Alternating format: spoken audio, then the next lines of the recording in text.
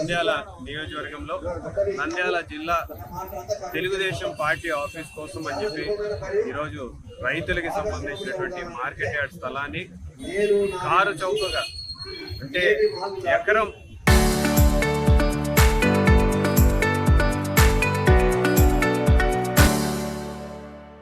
₹83.33 నెలకి గడువు ఈరోజు అంటే ₹1000 సంవత్సరానికి ఒక ఎకరం అనేది దగ్గర 2 ఎకరాలు 33 సంవత్సరాల పాటు లీజుకి తీసుకుంటున్నటువంటి పరిస్థితి నంద్యాల నియోజకవర్గంలో చూస్తున్నాం. నిజంగా చాలా బాధాకరమైన విషయం, దుర్మార్గమైన విషయం. ఎందుకంటే ఇప్పుడు రైతులకి కావాల్సినటువంటి సదుపాయాల కోసం ఇక్కడ మార్కెట్ యార్డ్ నిర్మించుకోవడం జరిగింది. దానికోసం వాడుకోకుండా ప్రజా ప్రయోజనానికి సంబంధించినటువంటి విషయాల కోసం కూడా వాడుకోకుండా తన స్వప్రయోజనాల కోసం పార్టీకి సంబంధించినటువంటి కార్యాలయ నిర్మాణం కోసం 2 ఎకరాల ప్రభుత్వ స్థలాన్ని రైతుల స్థలాన్ని తీసుకోవడం అనేది చాలా దుర్మార్గం. గతంలో కూడా దీని మీద ప్రశ్నించడం జరిగింది. ఎందుకంటే గతంలో తెలుగుదేశం నాయకులే ఎన్నో సందర్భాల్లో ఎన్నో చోట్ల ప్రభుత్వ స్థలాలు వేరే చోట ఉన్నాయి. మేము పార్టీ కార్యాలయ నిర్మాణానికి ఎక్కడా కూడా వ్యతిరేకించడం లేదు.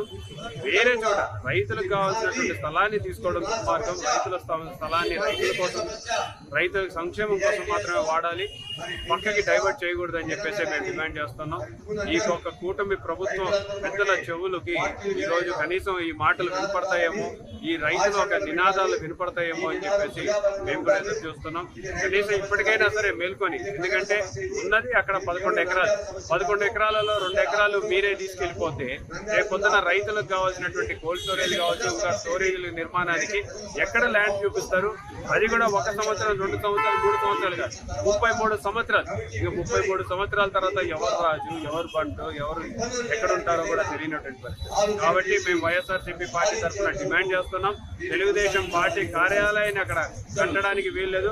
ఖచ్చితంగా దీని మీద న్యాయ పోరాటం కూడా చేస్తామని. రైతులకు అత్యంత అవసరమైన మార్కెట్ యార్డ్లో మీరు 2 ఎకరాల భూమి తీసుకున్నా, 3 ఎకరాల భూమి తీసుకున్నా అది రైతు వ్యతిరేకంగా చేసిన కార్యక్రమం. మీకు ఎలాంటి హక్కు లేదు అక్కడ నుండి దాన్ని విత్డ్రా చేసుకొని బయటికి వెళ్ళిపోండి. మార్కెట్ యార్డ్ను పునరుద్ధరీకరించి రైతుల బాగు కోసం దాన్ని వినియోగించండి అని చెప్పేదాన్ని ఒక డిమాండ్ వాళ్ళ ముందు వస్తున్నాం. అదేవిధంగానే కలెక్టరేట్లో ఆర్ఈఆర్ఎస్లో ప్రాంతీయ వ్యవసాయ పరిశోధన స్థానంలో తాత్కాలిక కలెక్టరేట్ కార్యాలయం పెడితే కేవలం పల్సస్ బిల్డింగ్ మాత్రమే ఇచ్చారు. అడ్వాన్స్ టెక్నాలజీలో ఒక 2 రూములు ఇచ్చారు. ఇస్తే ఈరోజు అడ్వాన్స్ టెక్నాలజీ ల్యాబ్లంతా కూడా తీసేసుకున్నారు.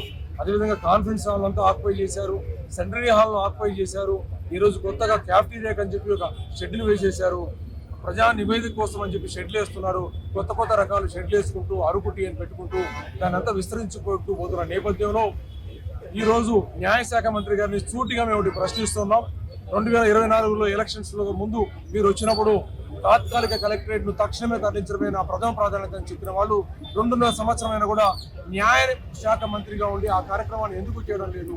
దానికి భూములు దొరకడం లేదు అనుకుంటూనే రైతుల అవసరమైన భూమిలో మీ పార్టీ కార్యాలయం ఎలా పెట్టుకుంటున్నారు? ఇది 2 కూడా ప్రజా వ్యతిరేకమైన చర్యలు. ఇది రైతులను నష్టపరిచే చర్యనే కాదు. రైతులు వ్యవసాయం పండించకపోతే, ఆహార ఉత్పత్తి చేయకపోతే నష్టం జరుగుతున్న విషయం మీకు తెలియదు కాదు. అయితే కాక్రోచ్ జనతా పార్టీ లాగా వాచ్ డాగ్ పార్టీ కూడా ఆంధ్రప్రదేశ్లో వచ్చే పరిస్థితులు ఉన్నాయి. ఇప్పటికైనా ప్రజారంజక పాలన చేసే దిశగా చేయకపోతే ఢిల్లీలో జంతర్ మంతర్లో చుట్టుముట్టినట్టుగానే ఈ రోజు మీరు అమరావతిలో కానీ, విజయవాడలో కానీ ఎక్కడున్నా కూడా చుట్టుముట్టే పరిస్థితులు త్వరలో రాబోతున్నాయి. ఇది హెచ్చరిక గ్రహించి ప్రభుత్వం నడుపుతూ ప్రజా సంక్షేమం దిశగా కార్యక్రమాలు చేపట్టాలని చెప్పి కోరుకుంటున్నాం. జై రాయలసీమ.